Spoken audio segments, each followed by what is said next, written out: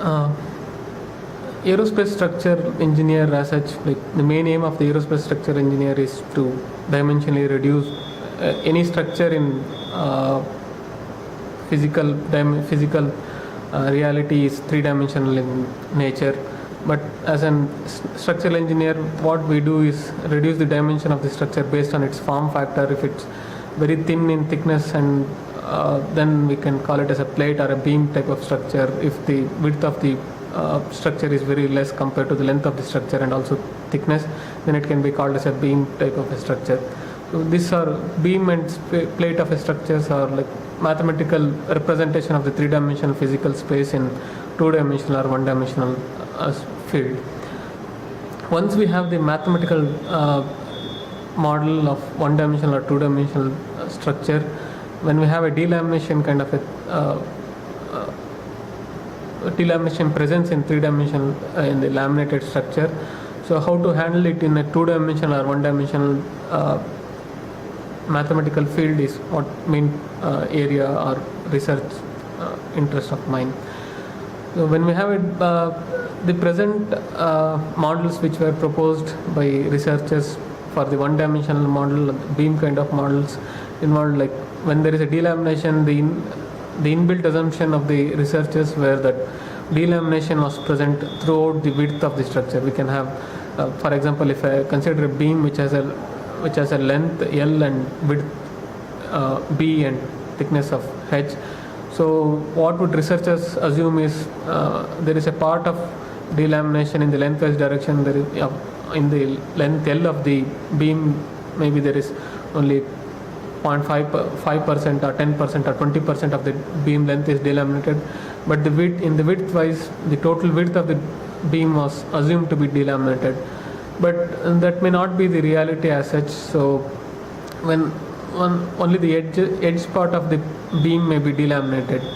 When we have that kind of a scenario, the only option left for the researchers were to model the present beam model, the present structure in either using plate model or a three-dimensional elasticity or finite element kind of models.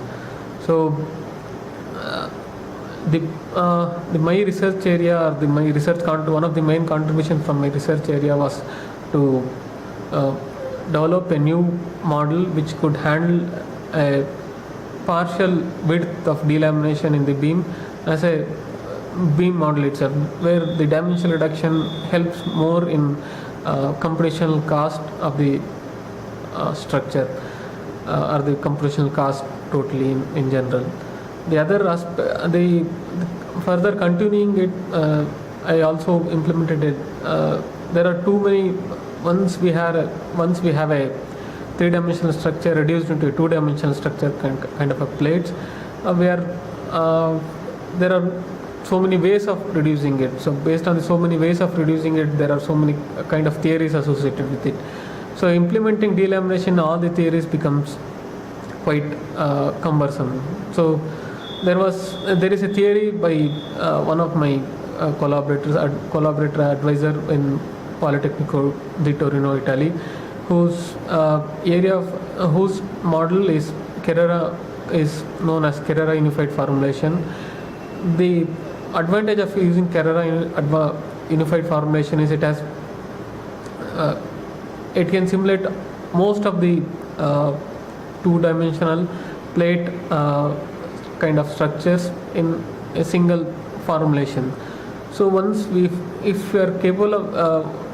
implemented the delamination model in the Carrera unified formulation, it became in a single go we could simulate the delamination kind of scenarios in plate kind of structures for multiple models in the two-dimensional space. That is the main another contribution from my research topic.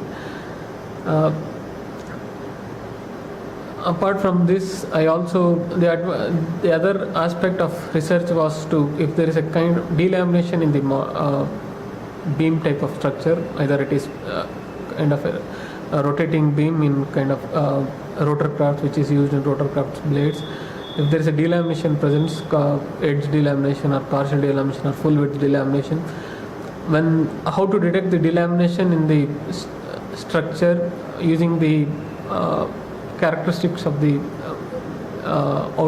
characteristic output from the structure as such. One of the